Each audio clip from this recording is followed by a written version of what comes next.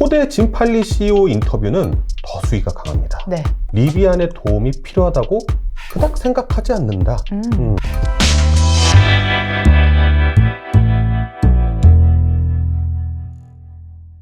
자동차 잘 알고 주차도 잘 하시는 권혁재 PD님 제 옆에 나와 계시고요. 안녕하세요. 안녕하십니까. 네. 그 요소수 불안은 좀 해소되셨지만 아직 골목길 운전은 두려우신 아신의 앵커님 반갑습니다. 네. 오늘도 첫 번째 이슈 들어볼게요. 어떤 건가요? 현대자동차가 3년간 청년 일자리 46,000개를 창출하겠다는 약속을 했습니다. 엄청난 규모예요. 네, 맞습니다. 정부 주도로 진행되고 있는 청년 희망 온 프로젝트라는 프로젝트가 있습니다. 민관이협업해서 양질의 청년 일자리를 늘리는 프로젝트인데요. 정부를 대표해서 김부겸 국무총리가 삼성, LG, SK, 포스코, KT 등 이미 총수를 뵙고 청년 일자리 창출을 좀 독려를 했고요.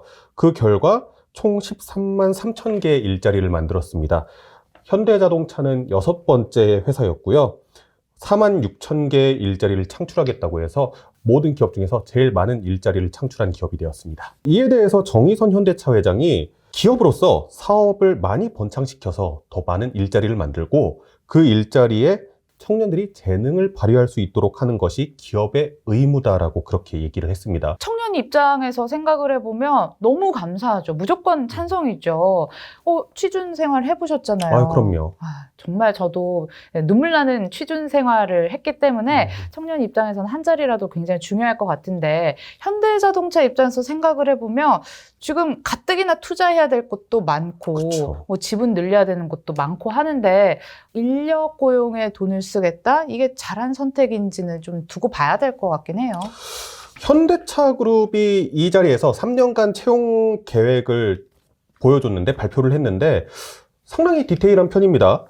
3만 명을 직접 채용을 하고 나머지 1만 6천 명을 인턴십, 산학협력, 직무교육, 스타트업 및 사회적 기업 육성과 투자에 이뤄진다고 그렇게 밝혔고요. 직접 채용하는 3만 명도 로보틱스, UAM, 수소에너지, 자율주행 등에 투입을 한다고 밝혔습니다.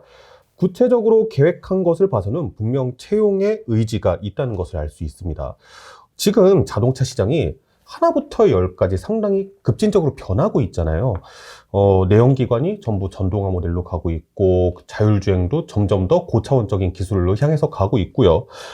심지어 자동차 회사가 날아다니는 UAM까지 개발을 하고 있는 이런 상황 속에서 자동차라는 교통수단의 패러다임 자체가 바뀌고 있는 과정이거든요. R&D 인력에 대한 수요가 지속적으로 지금 필요한 과정이 있고 정부가 추구하는 양질의 일자리와도 사실 일맥상통한 부분이 있는 부분이죠. 이외에도 간담회에서 새롭게 나온 이야기가 있나요? 네, 아무래도 전기차와 관련된 소식이 좀 많았습니다. 우선 전기차의 미국 생산 계획 중에 있다. 네, 다만 시기는 조율 중이다. 공식적으로 발표를 한 거네요? 네네, 그렇습니다. 다만 시기가 언제냐인데 당장 내년은 아니라고 일단 밝혔습니다. 다음으로는 배터리 내재화는 안 하겠다는 소식입니다. 전기차에 있어서 가장 비싸고 가장 중요한 부품 바로 배터리입니다. 그렇기 때문에 사실 많은 글로벌 자동차 회사들이 배터리를 직접 생산하겠다. 내재화한다고 선언 많이 했잖아요. 네, 그렇게 선언을 하고 있는데 현대차는 배터리 회사랑 배터리 셀 개발 같이 할 수 있지만 직접 생산은 안 하겠다라고 이렇게 밝혔습니다. 아무래도 전기차 배터리를 상당 부분 차지하고 있는 LG, SK, 삼성 등이 국내 기업이잖아요. 같은 파트너십을 통해서 좋은 관계를 유지하려는 전략이 아닌가 싶습니다. 이어서 두 번째 이슈 챙겨볼게요. 네, 아마 이것 때문에 많은 분들 난리 나셨을 겁니다. 포드와 리비안 전기차 동맹이 깨졌습니다. 리비안에 대한 짧은 설명 부탁드릴게요. 네, 리비안이라는 브랜드 아마 주식 때문에 많이 들어보셨을 겁니다만 아마 어떤 회사인지는 모르신 분들 계실 것 같아요. 네네. 리비안은 루시드와 함께 테슬라의 뒤를 이을 전기차 기업으로 주목받고 있는 회사고요. 2009년에 설립을 진행을 했는데 테슬라는 세단 모델을 기반으로 한 전기차들을 맨 먼저 생산을 시작했잖아요. 반면에 SUV인 R1S, 픽업 트럭인 R1T라는 모델을 먼저 공개를 했고 이중 픽업 트럭인 R1T를 올 9월에 처음으로 고객한테 인도하기 시작했습니다. 설립 12년 만에 첫 차량을 판매를 한 거죠. 이 과정에서 2019년 미국의 인터넷 플랫폼 기업 아마존, 그 다음에 포드 자동차한테 105억 달러, 한화로 12조 원이라고 합니다. 이 돈을 투자를 받아서 아마존 전기차라는 명칭으로도 불리고 있고요. 이때부터 사실 포드와 관계가 상당히 긴밀해졌어요. 그래서 포드 자동차랑 같이 전기차 개발도 하자고 이렇게 하게 했는데 2년 만에 공동 개발 계획을 철회하면서 리비안의 주가가 폭락하는 사태가 발생했습니다. 아마존이 지분 20%로 뭐 1대 주주고 포드가 지분 12%를 가지고 있어서 2대 주주인 건 알았어요. 포드랑 리비안의 관계가 끈끈한 줄 알았는데 이렇게 깨지게 된 이유가 있나요? 사실 뭐 정확한 사정이야 두 브랜드만 알지 않겠습니까? 그렇죠. 근데 단지 시기적으로 우리가 예상을 하건대 포드에게 너무 위협적일 정도로 리비안이 커졌다라는 겁니다. 시가총액이요. 그렇죠. 리비안이 지난 11월 10일에 주식 상장을 했는데요. 불과 일주일 만인 16일 날 시가총액이 1위인 테슬라, 2위인 도요타에 이어서 3위를 기록했습니다. 이때 시가총액이 1,467억 달러였어요. 그렇다면 포드 시가총액은 얼마였을까요? 포드를 넘어섰겠죠. 넘어섰겠죠. 포드의 시가총액이 790억 달러, 거의 2배 차이입니다. 자동차 브랜드의 시가총액 순위만 놓고 보면은 리비안이 3위라 그랬잖아요. 포드가 8위였어요. 그러다 보니까 포드 입장에서는 사실 좀 거북할 수도 있죠. 왜냐면 포드는 100년의 역사를 가진 회사잖아요. 신생 스타트업인데 이제 막 처차내 보였는데 시가총액 막 2배 이상 가고 그러니까 사실 포드 입장에서도 좀 언짢을 수도 있고요. 이로부터 3일 지난 19일 포드와 리비안의 공동개발 계획이 철회가 되면서 리비안의 주가가 폭락을 하게 됐습니다. 고점일 때 매수하셨다면 약 30%의 손실을 봤을 것으로 추정이 됐다고 합니다. 포드가 리비안 지분을 가지고 있었기 때문에 고점에서의 폭락은 그들조차도 원하지는 않았을 것 같아요. 그래서 그게 아마 주된 이유는 아닐 것 같고요. 네네. 뭔가 시장에서 추정되거나 다른 이유는 없나요? 네, 있습니다. 리비안과 포드의 전기차 개발 방향이 달랐을 거라는 예상이 있거든요. 현재 리비안이 삼성 SDI의 원통형 배터리를 들여와서 자체적으로 배터리 팩을 만들고 있어요. 근데 포드 같은 경우에는 SK온의 파우치형 배터리를 사용을 하고 있고 SK온과 합작회사를 차렸거든요. 반면에 리비안 같은 경우에 차후에 우리가 배터리 생산하겠다 이런 입장이고요. 이런 방향성이 달랐다는 사실은 각 회사 관계자들의 발언에서도 좀 유출을 할 수가 있습니다. 리비안의 관계자는 포드가 자체 전기차 전략을 추진하고 있고 리비안 역시 수요가 늘었기 때문에 각자의 프로젝트에 집중하기로 했다. 이렇게 발언을 했고요. 포드의 짐 팔리 CEO 인터뷰는 더 수위가 강합니다. 네. 포드는 2년 안에 테슬라 다음의 전기차가 브랜드가 되겠다. 그 목표에 도달하기 위해서 리비안의 도움이 필요하다고 그닥 생각하지 않는다. 우리는 전기 분야에서 승리할 수 있다는 자신감이 커지고 있다. 처음 리비안에 투자했을 때와 비교했을 때 포드의 능력과 브랜드의 방향을 고려하면 포드가 해야 할 일이 명확해진다. 이런 인터뷰를 했습니다. 자, 저희가 주식 전문 투자 프로그램은 아니지만 그래도 워낙 리비안에 투자를 하고 있거나 리비안 투자를 원하시는 서학개미들이 많으실 거라 생각이 들어서 이 점은 좀 유의하면 좋겠다라는 포인트가 있을까요? 우선 긍정적인 측면을 보자면요. 더 이상 포드와 전기차 개발을 안 한다고 해도 사실 리비안이 그렇게 아쉬울 부분이 없어요. 왜냐하면은 이미 신차인 R1T와 R1S의 개발이 끝났고 양산 단계에 있기 때문에 공동 개발을 철회한다고 해도 차량의 생산이라든가 아니면 차량의 개발에 있어서 당장 차질이 발생하지는 않습니다. 두 번째로 미국에서 혹시 가장 많이 팔리는 차 어떤 차인지 아십니까? 우리랑 좀 다르다고 들었어요. SUV 아니면 픽업 트럭이 인기가 많다고 미국에서는. 그럼 그 둘 중에 하나일 텐데 SUV겠죠? 아무래도? 그렇게 생각하실 것 같은데 미국 판매량 1위는 포드에서 만든 픽업 트럭인 F150이라는 모델입니다. 픽업 트럭 그렇게 선호하나요? 심지어 제가 봤던 자료에서는 1, 2, 3위가 다 픽업 트럭입니다. 미국 사람들이 희한하게 픽업 트럭에 대한 로망이 있더라고요. 그 다음이 SUV입니다. 그래서 어떤 자료를 보면은 미국 내에서 픽업 트럭과 SUV의 점유율이 무려 70%에 달한다는 그런 자료도 있습니다. 그래서 리비안은 테슬라와 루시드와는 다르게 시장이 큰 분야, SUV와 픽업 트럭 먼저 만들었으니까요. 그런 부분을 정조준에서 진입을 했고 사실 공급만 잘 따라가면은 안정적인 판매량을 확보할 수 있는 회사거든요. 당장 스타트업으로 처음으로 차를 양산하는 브랜드인데 거기에 차를 구매하기 위해서 예약한 대기자만 5만 명이 넘는다고 합니다. 아론티를 제가 좀 자세히 봤어요. 이번에 자료를 봤더니 내연기관하고 전기차는 구조가 다르잖아요. 네.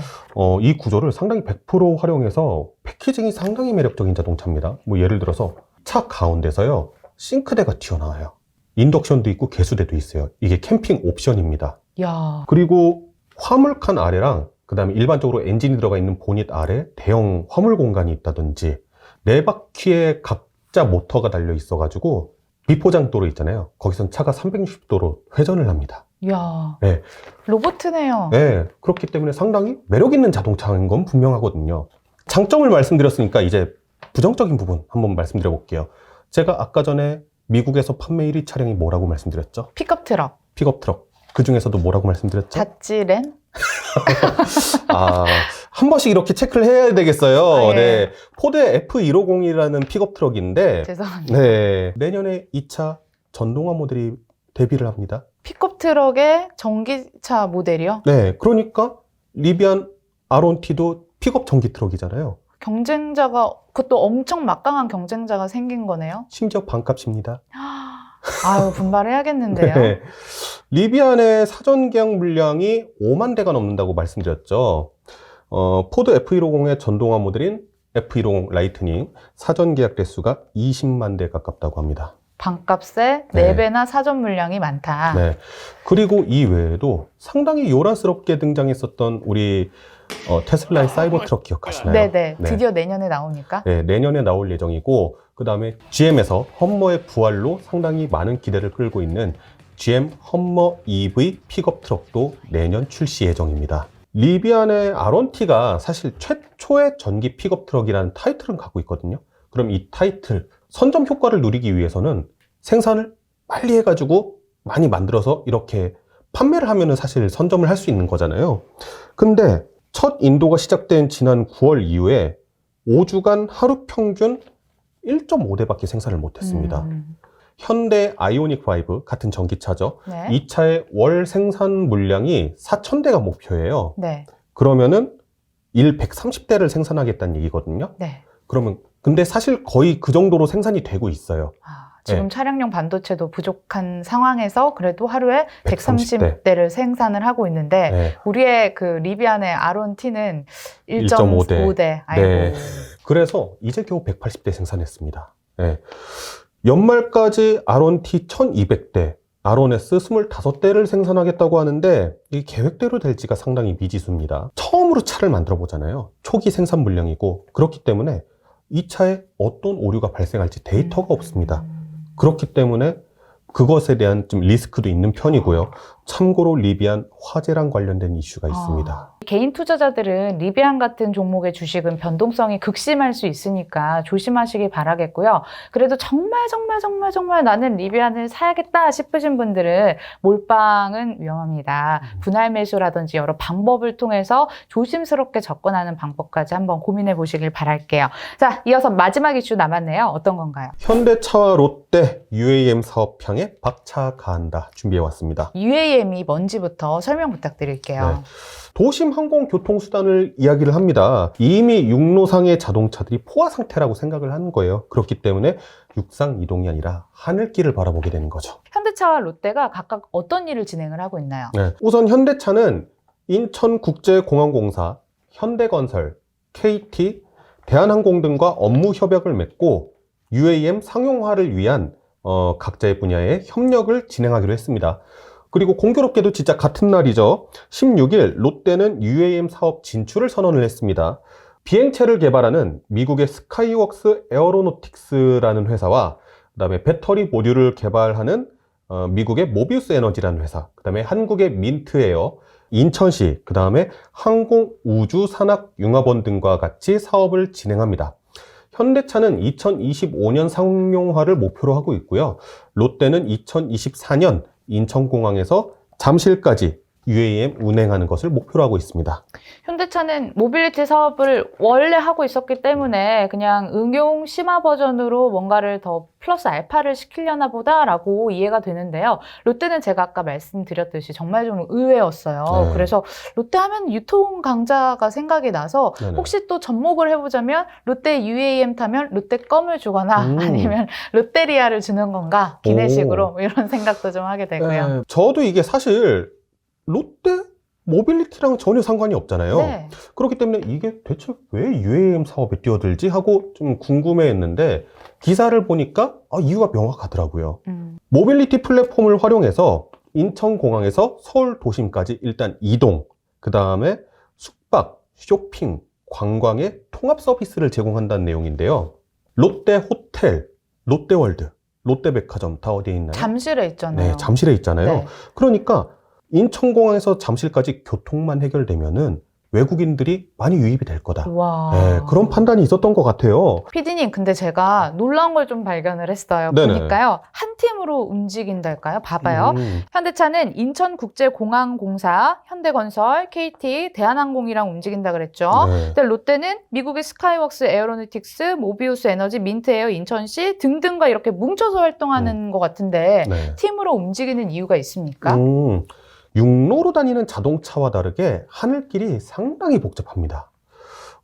현대차 연합을 좀 예로 들어서 설명하면 쉬울 것 같은데요. 일단 현대차는 UAM을 개발을 하겠죠. 기체를 개발을 하고 이거를 제조해서 판매를 하고, 인천국제공항공사 UAM이 아무래도 처음 등장하는 교통수단이잖아요. 그렇기 때문에 이에 대한 인프라 구축하고 운영 담당하고, 현대건설은 UAM 수직 이착륙장인 버티포트 구조와 제반시설의 설계 및 시공 기술을 개발한다고 합니다. 그러니까 이 UAM은 드론처럼 이렇게 수직 이착륙을 합니다. 수직 이착륙을 할 수 있는 조그마한 공항을 만들어야 되겠죠. 이거를 현대건설에서 담당한다는 거고요. KT는 UAM 통신 인프라와 데이터 플랫폼을 개발을 맡기로 했으며 사업 모델 연구 및 교통관리 시스템 개발, 실증 협력도 추진한다고 되어 있는데요. 마지막으로 대한항공은 UAM 운항, 통제 시스템 개발과 여객물류 운송 서비스 모델을 연구한다. 통제라는 게 여간 까다로운 게 아닙니다. 이 통제사분들이 이 관제사라는 분들이 어떤 거를 하냐면요. 일단 기본적으로 비행기 이륙하고 착륙하는 것에 대해서 순서도 다 지정해 줘야 되고요. 그 루트까지 다 지정을 해줘야 됩니다. 네, 기상 상황도 알려줘야 되고, 그리고 제일 중요한 거, 기내에서 비상 상황이 벌어질 수도 있잖아요. 네네. 뭐 기내가 갑자기 기체가 고장이 난다든가, 기내에서 뭐 비상 상황이 발생했다든가, 이럴 때 다 관제사가 지시를 해야 됩니다. 어떻게 하라고.